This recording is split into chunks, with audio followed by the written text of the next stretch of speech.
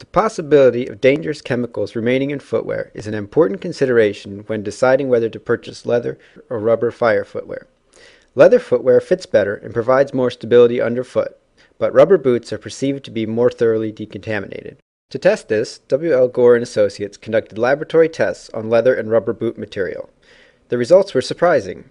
Rubber retained more chemicals than the leather after a simple wash. Gore focused on chemicals representing a broad range of physical characteristics, vapor pressure, thickness, molecule size, etc., from several NFPA PPE standards.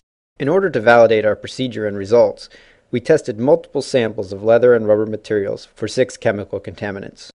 Newly manufactured boot materials were each saturated for 30 minutes with one of the selected chemicals. They were then rinsed with cold water for 30 seconds and scrubbed with 1.2% liquid detergent using a soft brush for 30 seconds. The samples then underwent another 30-second cold water rinse and were air-dried in a well-ventilated area for 16 hours at room temperature.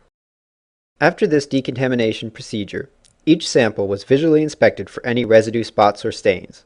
None of the samples, rubber or leather, had surface contamination. Specimens were cut from each sample, placed in separate airtight vials, and subjected to a 30-minute thermal desorption at 160 degrees Celsius. Chromatography quantified the residuals in each sample. For contamination within the sample, leather had a significantly lower amount of residual chemical than the rubber samples. Perhaps most interesting were the results for isooctane, gasoline, because it is so frequently encountered. The isooctane residuals that remained after decontamination were relatively high for the rubber boot samples and very low for the leather samples.